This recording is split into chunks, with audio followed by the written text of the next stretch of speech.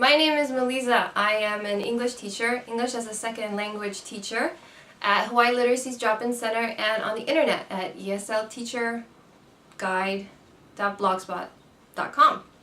So, ESL Teacher, this blog, we're trying to help people learn new techniques in teaching and also give students opportunity to learn English on the internet. And today I wanted to talk about something that came up when one of my volunteers was teaching class today, and he said to the class, "Do you guys got that? Do you get it? Do you got it?" And I told him that the students don't understand what he's saying, because have you got that or do you got that is actually not what we normally teach students in the beginning levels on how to say do you understand. Okay? Now, depends on your curriculum, but in general, when you get to beginner students, they're very, very basic understanding. And you have to check the level of your class by looking at their eyes and seeing if they understand what you're saying. Giving them occasional questions just to check and make sure they understand. And then you're going to know whether they're really beginner level or they're more intermediate beginner or they're higher than that. So today when my volunteer teacher was saying, "Do you got that?" I knew that the students were not responding because they didn't understand what "do you got that" means. Now, you could teach them that, or you can use words that are more familiar to them, like "do you understand?" Do you understand? So that's what a lot of teachers who start teaching, they don't notice what they say, because English is your native language, so you're just saying what's coming to your mind. And there's a lot of stuff that we say that students don't understand. Take the word stuff. I just said stuff, right? I told a student today to go bring her stuff. She didn't know what I was saying. She's not used to the word stuff. If I said bring your bag, bring your books, she would have understood quicker, but I said bring your stuff, and then she's looking at me like, so I had to point to her stuff and I said bring your stuff. So it's always good to be cognizant of the words that you use when you teach. So have you got that?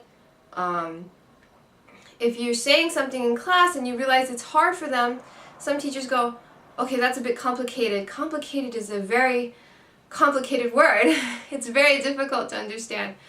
So try to use words that are easier for the students to understand. Now obviously, this depends on the level, alright? So if you say the word obviously, that would be bad for a beginner class, but it's perfectly fine for an intermediate class. Now, how do you do this? Well, you might have someone, a friend, sit back and watch you and have them write words they think are too hard and then show it to you afterwards so that you can check yourself. Another option is to just listen more carefully. Now that you know that this happens, just listen to yourself when you talk. Especially pay attention when the class is not responding at all. When they're not responding, usually that means they don't understand what you're saying.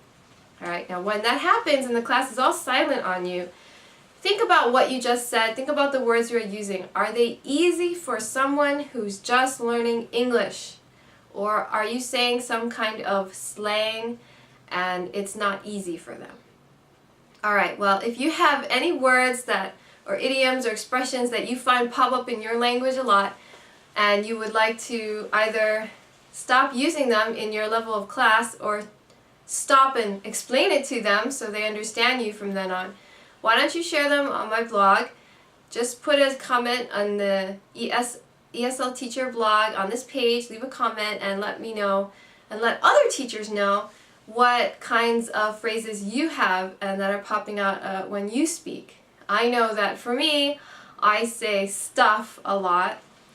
And I'm not sure what else I say. I'll have to think about it, but I do pay special attention to what I say when I speak English, just because I've been teaching that class for almost 3 years now, so I've gotten used to the looks and now I'm getting better at it.